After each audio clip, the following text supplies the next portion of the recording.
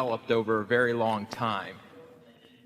And then, what are the fundamental bases upon which you've seen companies successfully develop sustainable competitive advantages? Of those, which do you think is the most enduring and which is the least?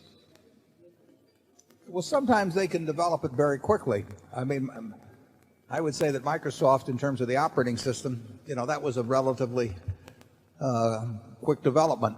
But that was an industry that was exploding and things were changing very fast. On the other hand, if you go back to See's Candy, which started in 1921, there is no way you could build a sustainable competitive advantage, at least that would be recognizable in times measured shorter than decades. I mean, you opened up one shop at a time and nobody had heard of you originally, and then a few people did.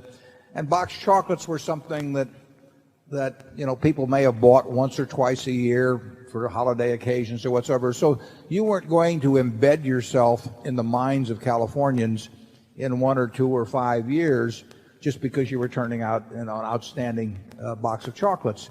So it depends on the way the industry itself is developing. Walmart has done a fabulous job an incredible job in quite a short period of time. But even they took it in the small towns and they progressed along and refined their techniques as they went. But I would say that there could be things in new industries. I would say with NetJets, we have a sustainable competitive advantage, and that's an industry that was only originated in 1986 when Rich Santulli got the idea, and it was in its total infancy for a good many years after that. But what he has built is building and fortifying is that sustainable competitive advantage. But it depends very much on the industry you're in. And I mean, Coca-Cola, 1886, Jacobs Pharmacy, Atlanta, Georgia, John Pemberton came up with a product. Did he have a sustainable competitive advantage that day? If he did, he blew it because he sold the place for $2,000 today. He's a gambler.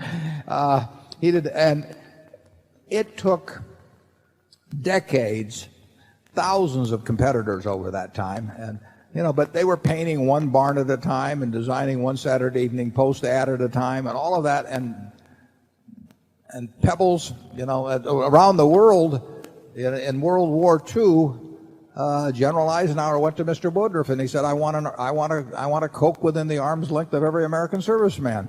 He said, I want something to remind him of home.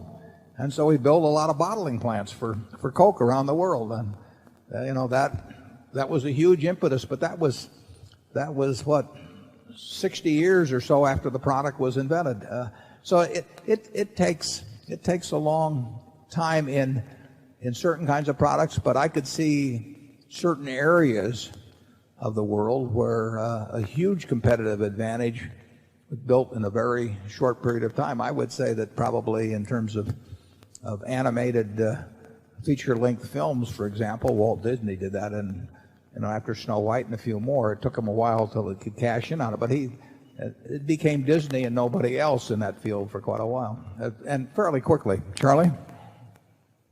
Yeah, there are a lot of different models that create a sustainable competitive advantage, and there are also some models of where you can lose it very fast. You just ask Arthur Andersen. That was a very good name in America not very long ago. And I think it would be harder to lose the good name of Wrigley's Gum than the good name of Arthur Andersen. I think there's some perfectly remarkable competitive advantages that people have gotten over time.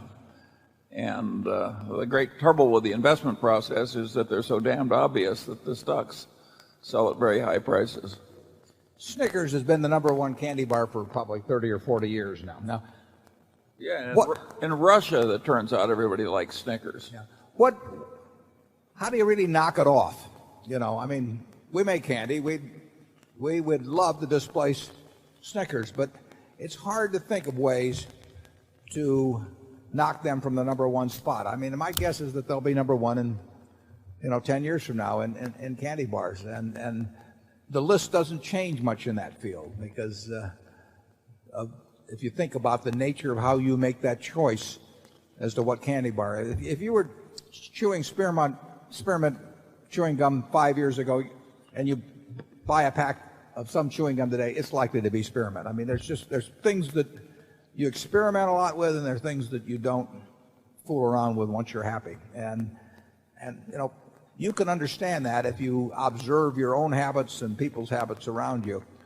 But there's usually if something can gain competitive advantage very quickly, you have to worry about them losing it quickly too. I mean, when an industry is in flux, there are a lot of people that think they're the survivors or the ones that are going to prosper, where it turns out otherwise.